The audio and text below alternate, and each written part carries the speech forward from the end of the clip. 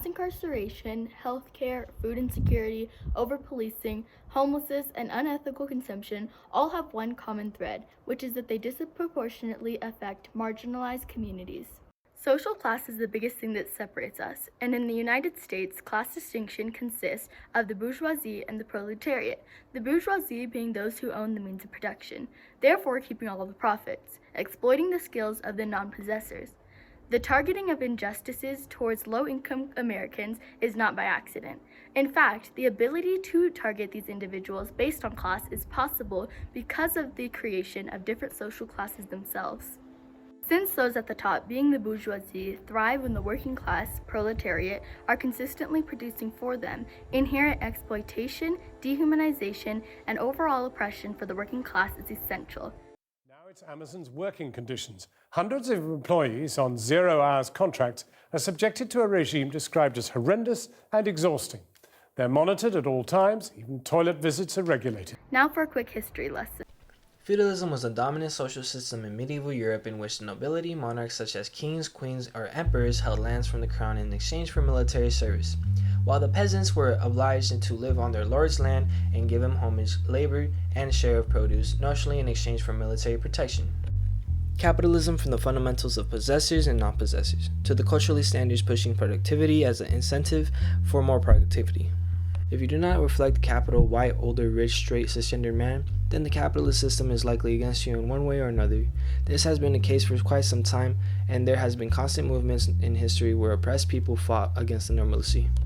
As an example of the working class fighting back against the unequal social distinctions and policies was the implement of the 14th Amendment to the U.S. Constitution, ratified in 1868, granted citizenship to all persons born or naturalized in the United States, including former slave people. It is not new news to us all that this amendment did not end all oppression. Unfortunately, black, indigenous people of color, BIPOC, in America consciously suffered as an example. Jim Crow laws were created for the purpose of protecting capital, money, and social powers. Jim Crow laws were any of the laws that enforced racial segregation in the American South between the end of the Reconstruction in 1877 and the beginning of the Civil Rights Movement in the 1950s. Groups like the Black Panther Party, also known as BPP, originally the Black Panther Party for Self-Defense, was a black power political organization founded by college students such as Bobby Seale, chairman, and Huey P. Newton in October 1966 in Oakland, California, were trailblazers for communities that were required to fend for themselves. Along with the Black Panther Party, the Brown Berets, our Chicanx community organization, advocated for equal opportunity for individuals of Mexican descent in the East Los Angeles. United States. During this time, U.S. imperialism was on the rise. They began extorting and exploiting goods from the global south, ravishing countries of natural resources and knowledge. And throughout the history, revolutionaries such as Assata Shakur have conveyed that women of color are the backbones of all these movements and made it clear that a woman's place is in the struggle. Despite these groups' efforts, today's society continues to reap the consequences of systemic oppression. For one, ethical consumption is possible yet not achieved today. The textile industry is contributing 715 million tons of CO2 emissions. Factory workers made up entirely of the proletariat for production, facing long hours of work, 12 to 16-hour shifts, low wages that barely covered the cost of living, dangerous and dirty conditions, and workplaces with little or no worker rights. The infrastructure used for means of production contributes greatly to environmental racism because it is historically set around communities of color, leading to higher cases in cardiovascular diseases amongst BIPOC. The amount of pollution not only affects the health of people surrounding by entering the air, but also creating hazardous farming conditions, making it so that people cannot feed themselves and end up needing to work even more hours in terrible working conditions of factories just to be able to buy food from the bigger multinational food companies.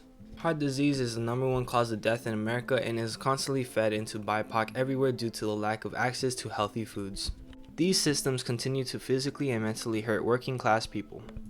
We are fortunate enough to have solidarity in these times and want to grow from the current system. There are 3 major actionable items you can do after watching this.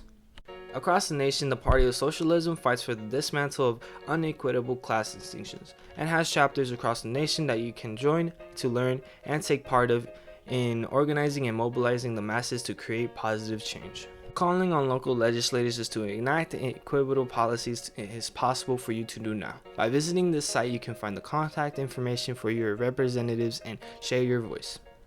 One of the most important actionable items you can take right now if you have the means is by reinvesting your wealth into the community through mutual aid funds. Thanks to social media, we have easy access to plenty of them. If you don't have the money to share, your skills are always needed and valued within the movement of liberation and by spreading knowledge of class consciousness. We as Americans need to be willing to unlearn practices embedded in our failed systems.